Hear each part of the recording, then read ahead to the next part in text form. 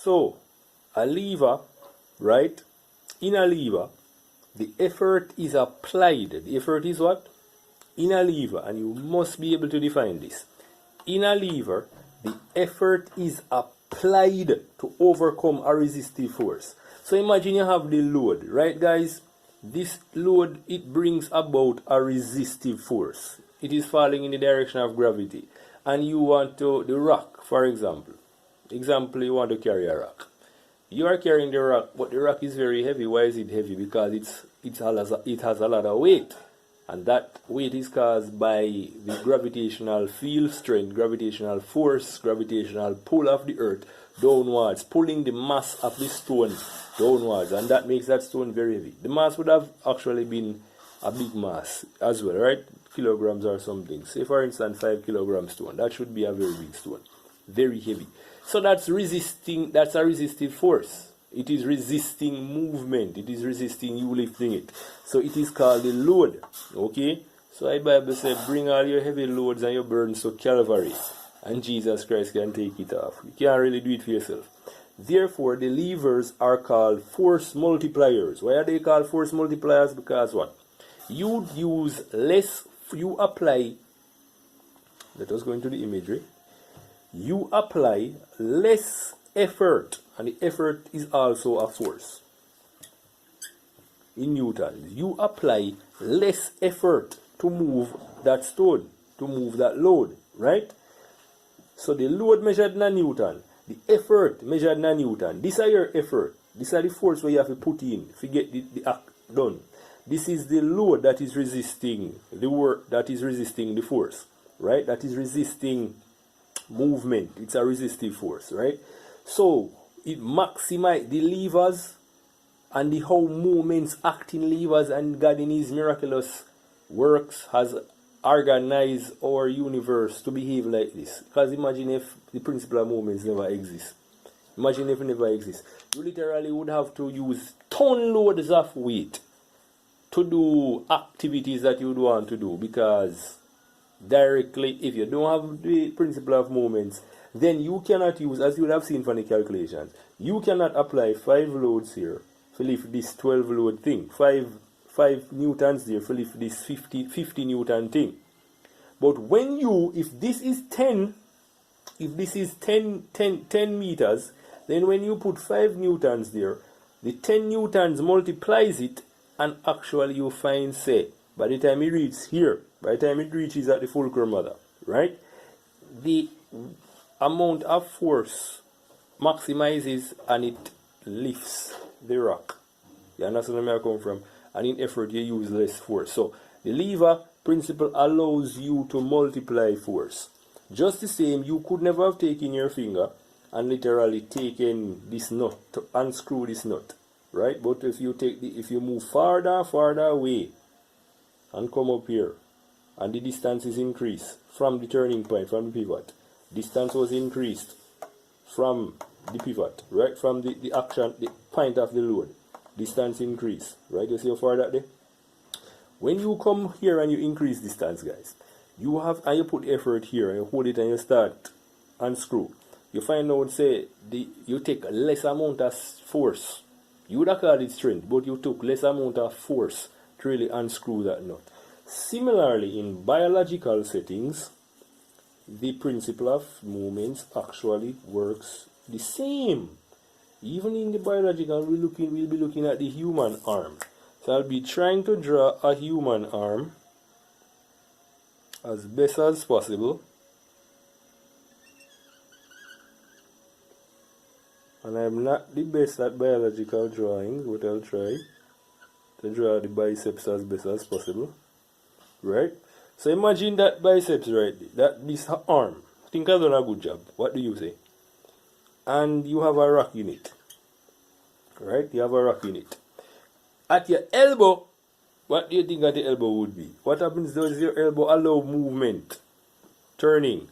Does your elbow allow for turning? You see right there what's happening on my at my elbow is where my humerus, radius and my ulna. My radius and my ulna, too big for biology, but you have to learn about this soon, right?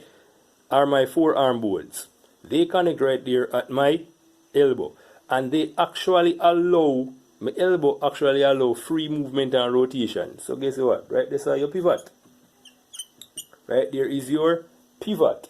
This would be the load.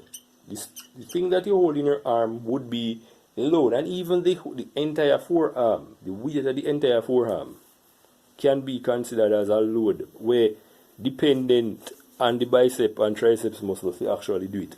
So the effort we have to put in, they will be putting at the biceps and triceps muscles. Okay, right there.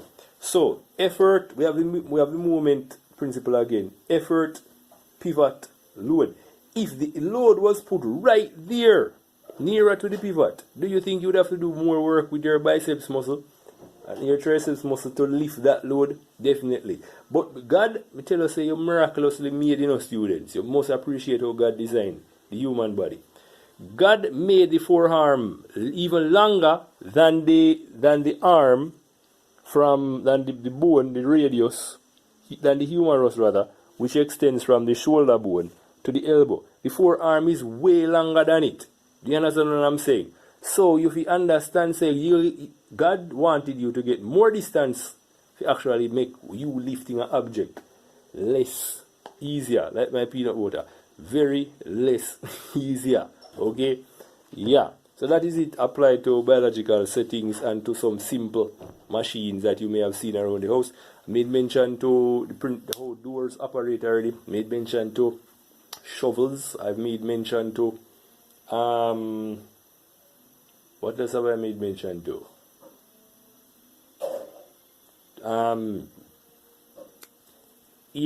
Ear tweezers, tweezers, all of those, right? So those are the principal movements in action.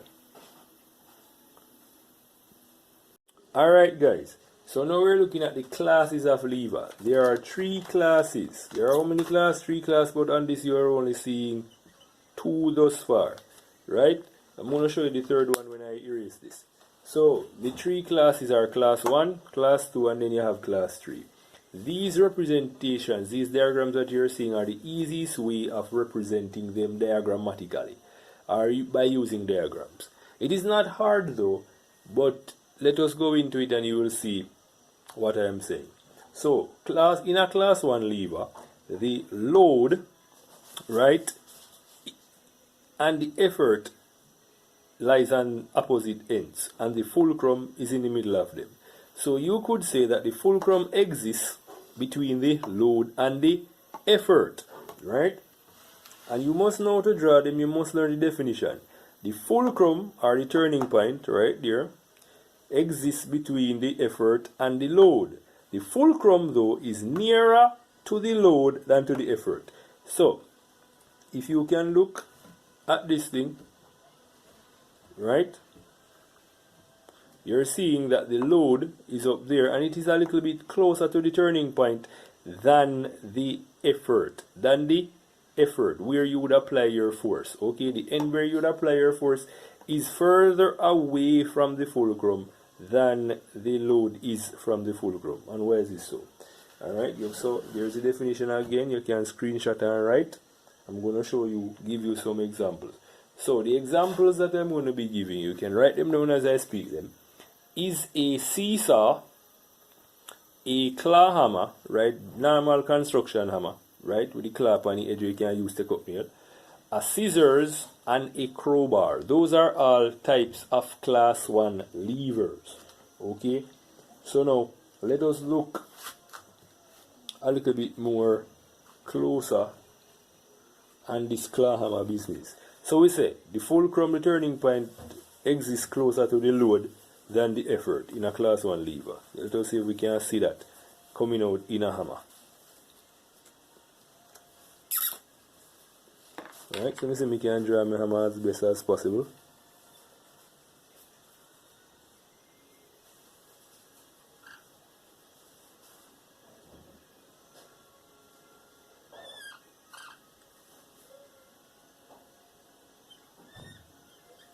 Alright. I see my nail there, and my nail is embedded in a piece of bone, right?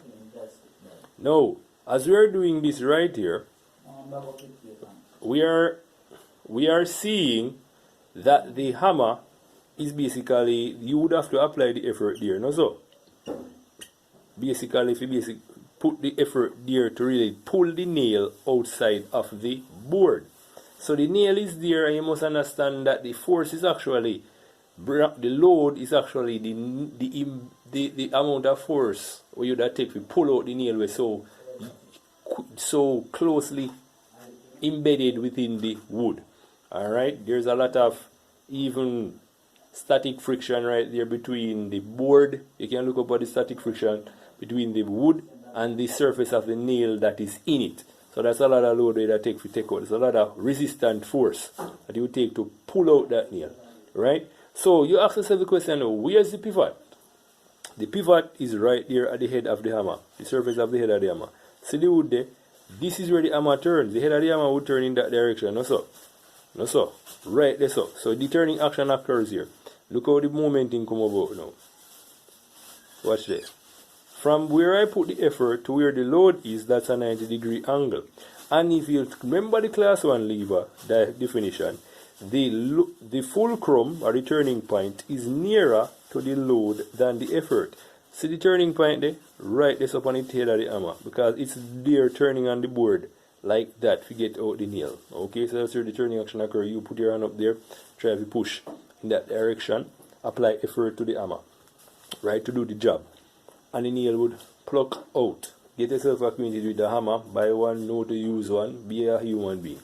Okay, so that is a very good example. Glad I showed you that for a class 1 lever. Best thing we could ever look at. So now, right, we are going over to what is called the class 2 lever. Now in the class 2 lever now, you have to appreciate the fact that the load in a class 2 lever, the load exists between the fulcrum, which is the turning point, and the effort, right? So the fulcrum is up there. So the fulcrum is there, the load is there, and the effort is there.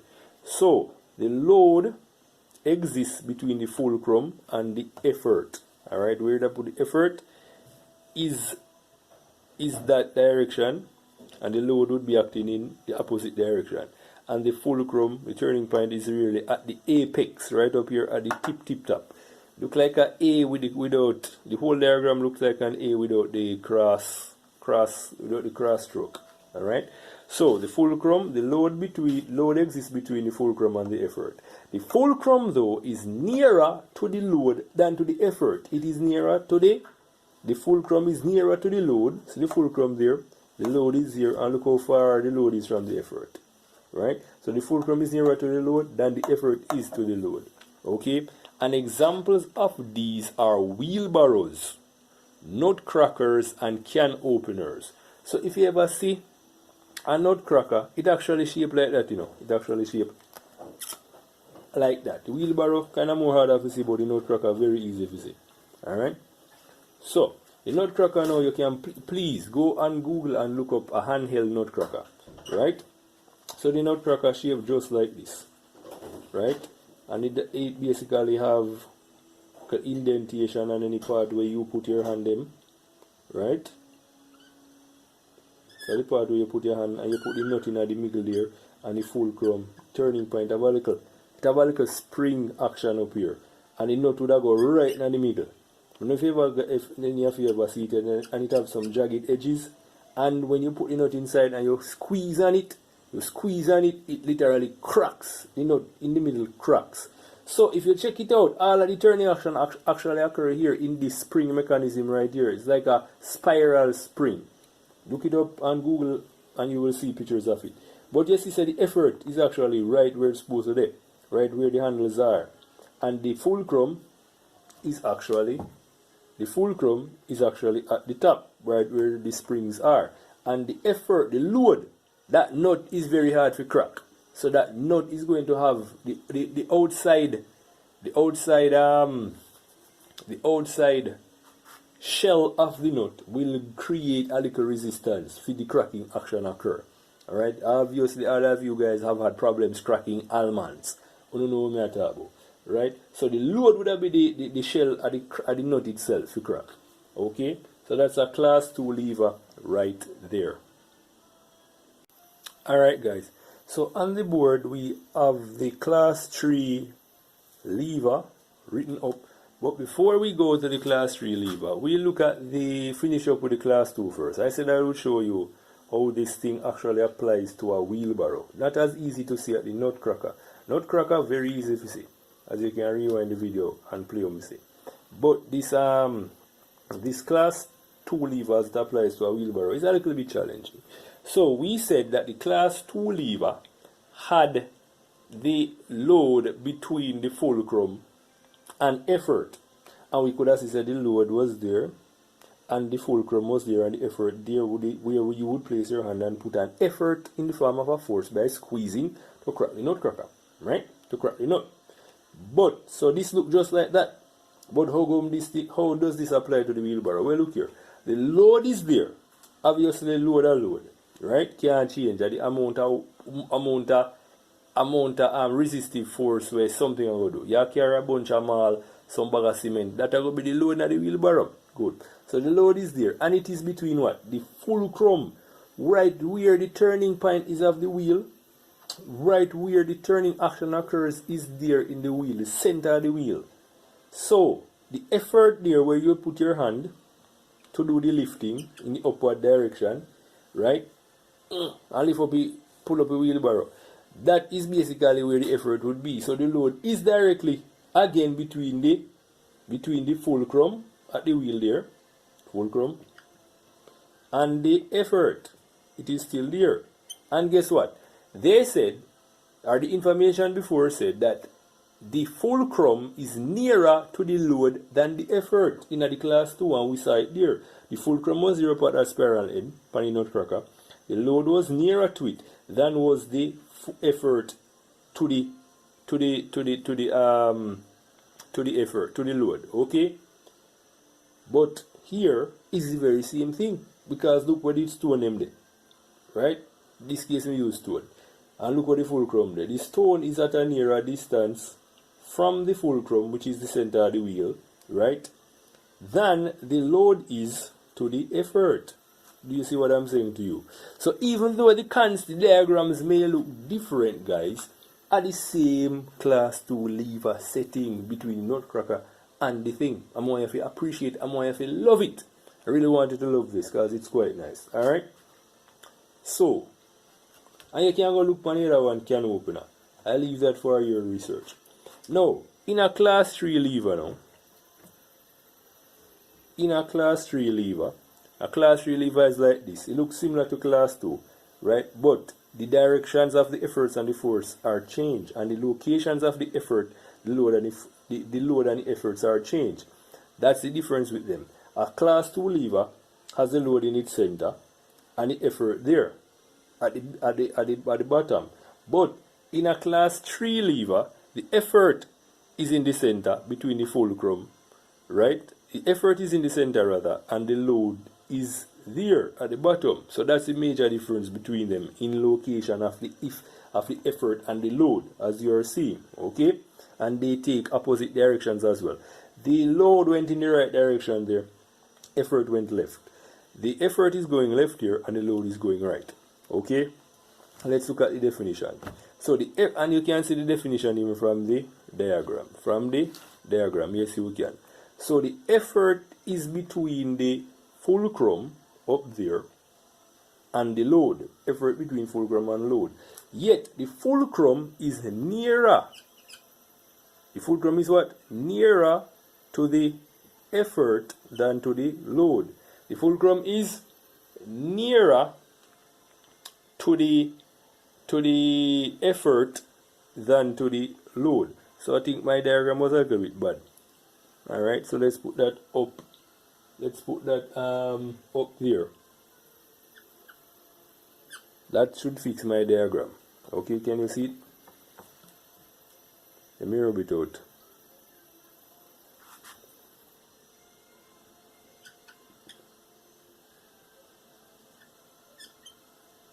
Alright. There should be my effort. Okay, so in a class reliever, my effort is nearer to my fulcrum, my turning point, than my load. My load is far away from my effort, but my effort is very near to my turning point. Alright, as you are finally seeing.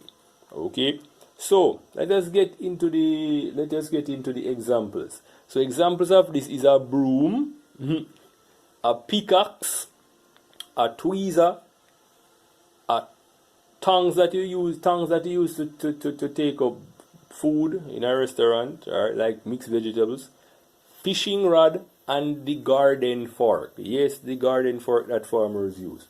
So all of those, let me repeat them again. Broom, I want you to write them down. Pickaxe, tweezer, tongs, where you use to cut vegetables. Everybody know tongs. Fishing rod and garden fork. Right? And if a garden fork, right? You must know me at about. All I know, Manchester and Liverpool must know a garden fork be. Right? So guess what's happening now? How can we apply? I'm going to start you off with the easiest one. Are these examples? We see the concept. But like pickaxe, now I know I'm not going to see the concept so easy. So I'm going to be looking at that. So let the tweezer. So did you see the tweezer here? Where you speak out here, right? So you look. No so. Right? Give me a little bit more space. Give a little bit more space, right? So the fulcrum again is up there. Obviously, this is the point in which these two jars are separated, you know, guys. Up there is where the turning action occurs. Right there, the head of the tweezer. But when you are holding the tweezer, guys, me know say, oh no, put no hand up here, so. I know that you guys do not put your hands at the tip of the tweezer. You guys put your hands right there. You guys put your hands right there. And you squeeze it together, no so? You squeeze it together. And that is how I know that the effort, according to the book, is definitely correct. Or the information that we're reviewing is definitely correct. The effort is between the fulcrum and the load. And the load would be the hair that you're trying to pick out, the bump that you're trying to squeeze, etc., etc. Right there, that is where the jaws will clamp, and that is where you will be trying to pull out the hair. Pull. You'll be pulling on the hair that is in the skin. Again, you know, say hair not just easily fall out of skin, so there will be a little bit of resistive force.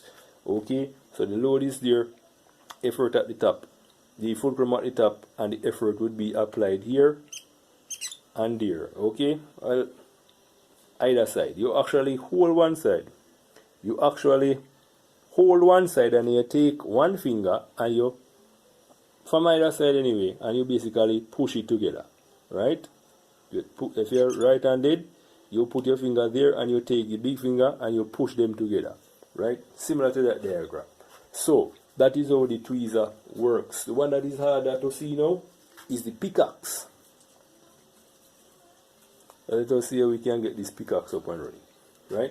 So the pickaxe basically look like that, right? That's how a pickaxe look. Definitely so.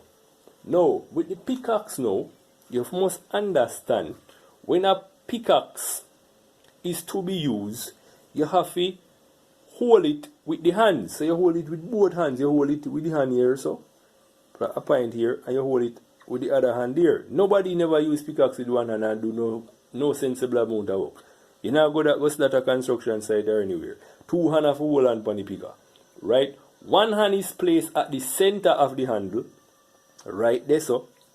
Right? To hold it there, you put one hand at the center of the thing to hold it there, and the other is used to hold one end of the handle. The hand supporting the handle at the end acts as a fulcrum. So you see the hand here? Here saw the fulcrum hand. Here saw the turning action occur. Right? The hand at the center, it you use it actually put down force. And if your father have a pickaxe, go and try. The hand that you have basically put, that you use to put down force on the stone where you try to dig out of the earth. At the hand where they in the center, closer to the right there in the center. Right? And the hand that actually is used to support the next hand is actually where the turning action occurs. So if you can imagine that. Right? Supporting the handle at the end acts as a fulcrum. And the hand holding the handle at the center is used to apply the force, as I had said. Okay? So that is how a pickaxe is used and basically the load I go there, so we are going to use dig out the stone there in the ground or something. Whap, whap, whap, whap at it, okay, with both hands. One hand here is the fulcrum, that is how the turning action occur. The effort is there, and the load is basically there. You understand where I come from? So that is exactly how a class 3 lever is designed. Review back the video, class 3 lever, of how the diagram is set up. The fulcrum is at the top, effort in the middle, and the load is right there. Okay? You must appreciate that. You must appreciate that. Okay? So enjoy. The fulcrum is nearer, as the class 3 lever diagram and information had said, the fulcrum is nearer to the effort than the load. The fulcrum is nearer to the effort than the load is to the effort. I see same thing, guys. Win-win. Alright, guys. So the other topic that we look on is called mechanical advantage. Alright? With a subtopic, benefits of levers. Because right there wrapped up in the term mechanical advantage is actually something that springs, the word advantage springs out, jumps out at you with a concept to your mind. As you hear the word advantage, you should think of benefit, not true? Something is beneficial to me. If it is advantageous to me, therefore it is beneficial to me. We know, so you know that, right? So let us look at 2 benefits of levers. Number 1 says, allows force used in doing an activity to be less than the value of the load being overcome. So really and truly that will say, because the principle of levers, right, which gives an extension, say for instance a command lever, one I learned from grade 6 is something like that, right? No, so like a seesaw. Perfect example of a lever. But the more you understand now, in looking at all of the questions guys will look on. Those questions, the moments questions anyway, not the center of gravity ones. The ones that, not the ones that focus on center of gravity alone, not them questions in the worksheet. Like the one them we sent up we deal with center of gravity and moments or just moments. Them questions, all of them machine the way that you were looking at are scenarios actually functioned on the moment principle.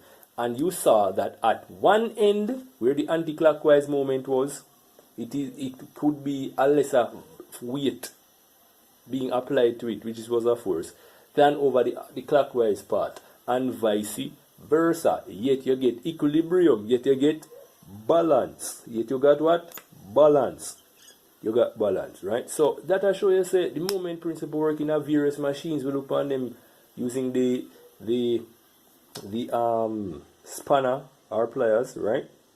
We looked at it using even the human arm, forearm, and all of that, and bicep, tricep muscles. We looked at it utilizing seesaws, hammers. We're going to look back and look at it again on hammers as well. But you must understand that it is advantageous. It makes your work easier. The amount of force where you exercise, I'm careful when I'm using the word work. Okay? It allows the amount of force that you exert in an activity to be less. Alright? And 2, it is a force multiplier. It is a what? Force multiplier. Levers in machines and even these natural levers in the human body, as we saw right here between the arm, between the forearm, right? And the humerus bone right here with the bicep and triceps muscle is a lever principle occurring there. So those make it work easier. Alright? It is a force multiplier. So what? If those 2 concepts are in your mind, you can then go ahead and make a very general, a very specific statement rather. Therefore, levers through the application of moments gives you an advantage. We call this the mechanical advantage. People, you would not want to be using a machine, and the machine make you use 10 times more effort than it would normally take to lift a certain load. Imagine, guys, if you have a load to lift that was 5 newtons, yet the effort we have to put in was 20 newton, guys. That would not be advantageous to you. That would make your life really, really harder. But if you had a 10 Newton load, right, or a 20 Newton load, and you had to put in 5 newtons of force, 5 newtons of effort, which is a force, right, to really and truly lift it, that will obviously make your life better, right? So that is how the word advantage come in, mechanical advantage, looking at it as it regards mechanics. And you must remember all of this what we are studying from school start. This is in the realm, this is in the portion of the syllabus called mechanics. Okay, so you must take the idea of mechanics out of your mind and say, oh, it's just in a car vehicle, right? And if I know car and big time high end electronical device are big time tractor and trailer and them big time machine, then mechanics have no application to easier things. No, that is not the case. Even when you're using a spoon, guys, that spoon, even when you're using a knife, that spoon and that knife have to do with a lot of movement, to do with the use of it. They are simple machines, but they have a lot of force and movements, and a lot of force incorporated in their use, right? Therefore, there is a lot of mechanics going on. So get a new idea of the term mechanics. Take it out from just merely those complex machinery to even to more simpler devices, right? Like the levers that you see, a seesaw, even your door hinge, guys, and the door, from the distance from the door hinge to the door, the lock, where you have to hold the door and move it, make your work easier. Because I'm sure, no, go take, see spoon head here. No, go take.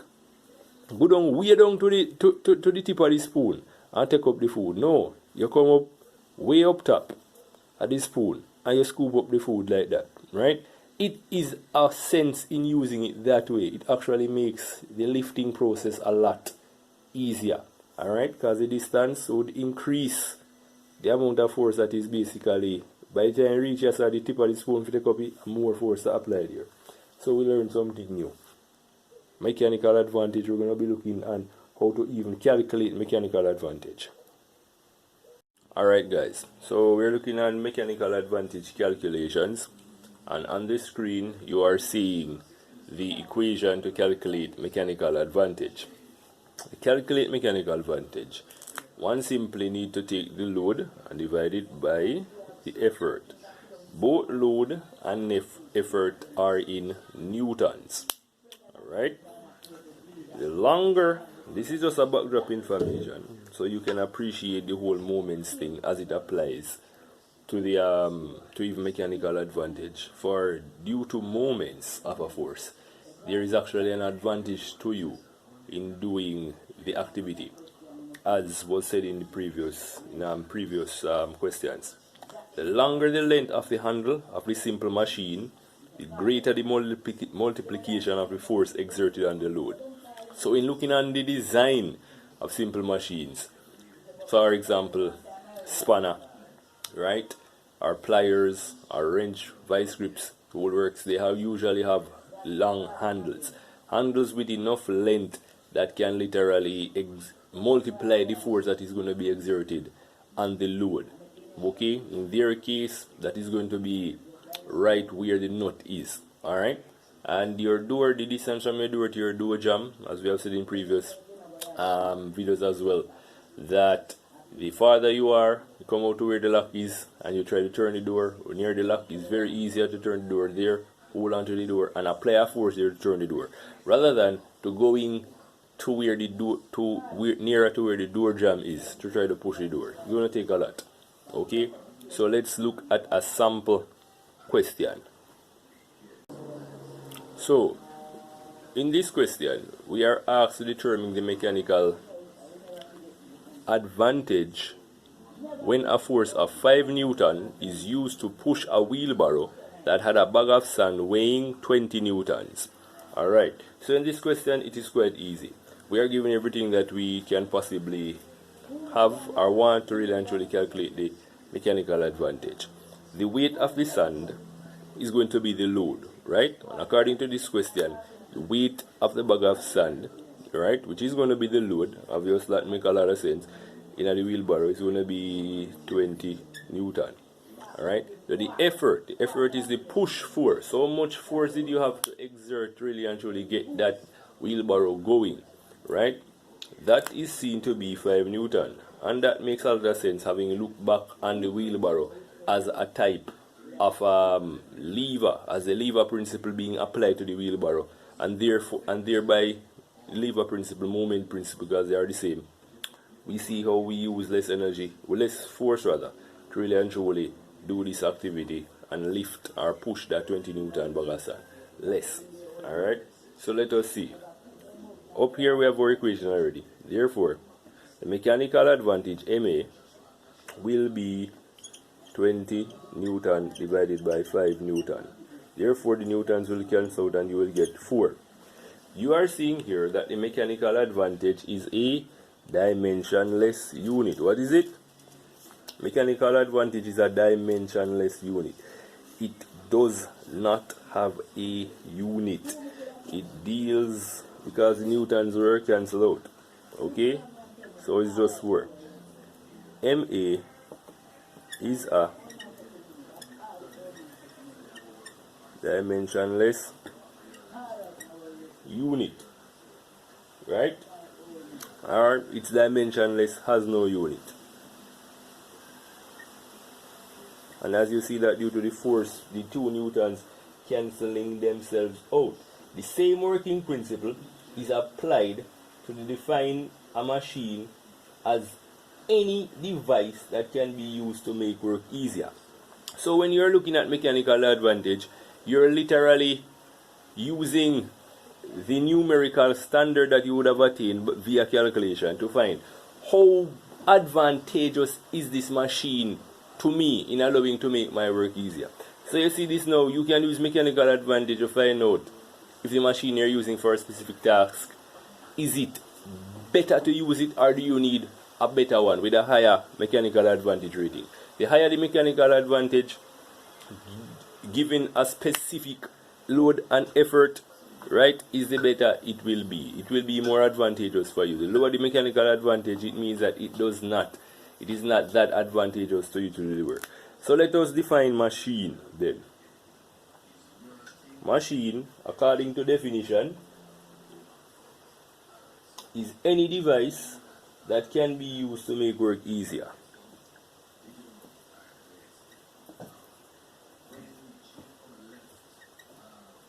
You must know this.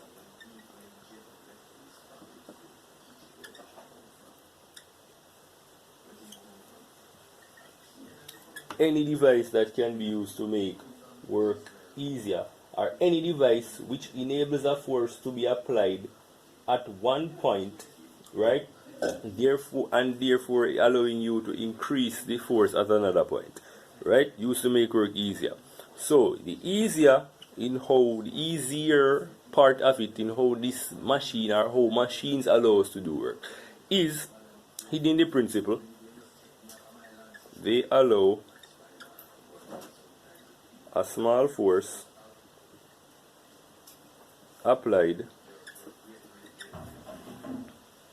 to be increased at another point of action.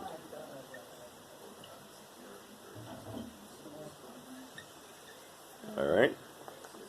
So how does machine allow us to make work easier? They allow a small force applied to be increased at another point of action. Example, your car. It's a big time machine now. We've gone out of the range of small machines now, which we all were focusing on. Now we're looking at bigger machine. Let's look at a car. You have to put a small amount of force on the gas pedal to get a whole leap of force to get that machine moving. Because obviously you cannot believe that just a little put your foot on the gas pedal is equated to the large amount of force that would be needed generally to move the car. So that is kind of complex right there, but that is the best way I can use to allow you to get a better understanding of how machines actually aid to make work easier. So it moves you and it moves the machine. Imagine also a case where there is a pickaxe. The pickaxe that you have is used to basically dig a big stone, right?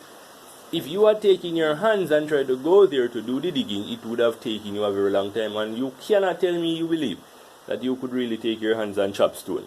That can't work. But the pickaxe multiplies the force, small force that you're using, and it is strong. It's made out of metal, and it increases the amount of force being placed upon the stone, therefore making work easier. So a machine, any device that can be used to make work easier. And how do they do this? They allow a small force applied to be increased at another point of action, which is where the load will be. That's the point of action we're referring to. Alright? So if your machine has movable parts, like a car, or if it doesn't have movable parts, right? Like a pickaxe, right? A wheelbarrow has movable parts, yes, but it's kind of simple, alright, compared to the vehicle. But hopefully you get the gist. So you should be able to define these. On any exams, calculate mechanical advantage. You'll be getting mechanical advantage questions as well. And you must know, if you even get the mechanical advantage here, if you got the mechanical advantage here, say for instance I gave you the mechanical advantage and told you it was 4, and I gave you the load to be 50, could you determine the effort? Consider that. You'll be getting questions like that. I gave you the mechanical advantage, I gave you the load, right? And I want you to find effort. Or I give you the mechanical advantage, I give you the effort, and I would want you to find load. Could you do that? You must be able to do those simple mathematics. Alright? Take care.